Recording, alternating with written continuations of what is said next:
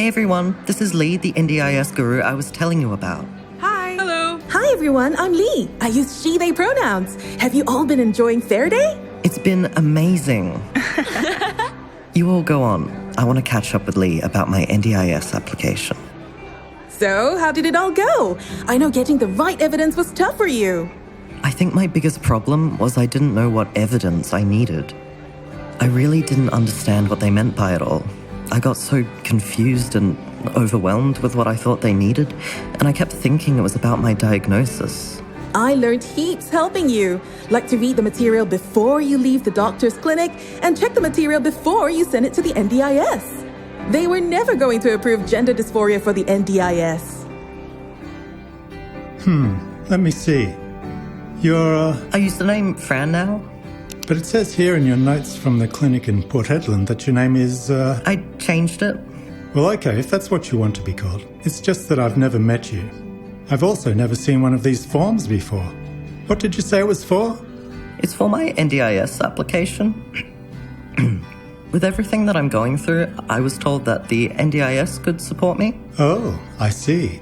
Well then, this shouldn't take long to fill out. The diagnosis is... patient can... treatment options include... There, it's all done. I've given the NDIS a summary of your diagnosis. I was such an amateur back then. What the doctor gave us was basically useless. Depression due to gender dysphoria? No wonder the NDIS rejected your first application. It's not your fault. I thought the doctor would know what evidence was needed. It also probably didn't help that I had never seen them before. Well, I guess we both learned that when it comes to the NDIS, it's not just about the diagnosis. Nope. It's all about showing how messed up your life is. That's not exactly how the NDIS looks at things. It's actually more to do with showing that you have a permanent condition and how that impacts your ability to function. Then it's all about what support you need. Like I said, the rejection letter triggered me into having another one of my episodes. But at least that got me to see a psychiatrist, someone who wanted to get to know me first. Fran, like I've explained before, having a diagnosis alone doesn't mean you'll get the NDIS. It does help, but what the NDIS is really looking for is evidence that shows that the impacts from your PTSD are going to be permanent and have a substantial impact in your life. The NDIS call that reduced functional capacity. Oh, okay. So you said I have PTSD. Does the NDIS cover that?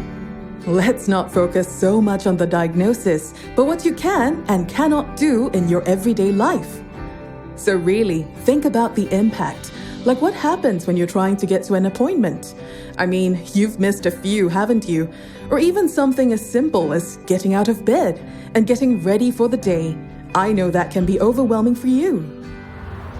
Your treatment for PTSD took a while before you got a report for the NDIS. Yeah, nearly 9 months. But I understand why now. I wish I'd known it would take so long. I think that it would have been helpful. I know people that say you can get the NDIS within weeks of applying, but that simply is not always the case. I finally figured out that it was all about showing that what I experience is permanent. And for someone like me, that has PTSD, that can take time.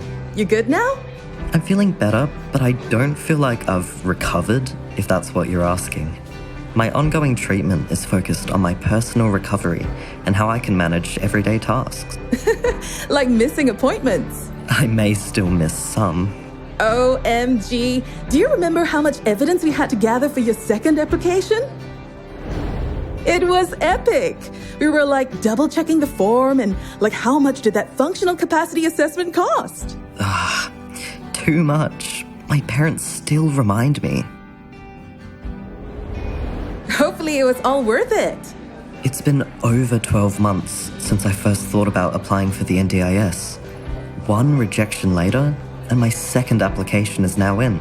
I'm just waiting for a decision to be made. The dog fashion parade will be starting in 5 minutes. Thanks, Lee. I couldn't have done it all without you. Fingers crossed. Let me know how it goes. Our first category are the lap dancing lap dogs.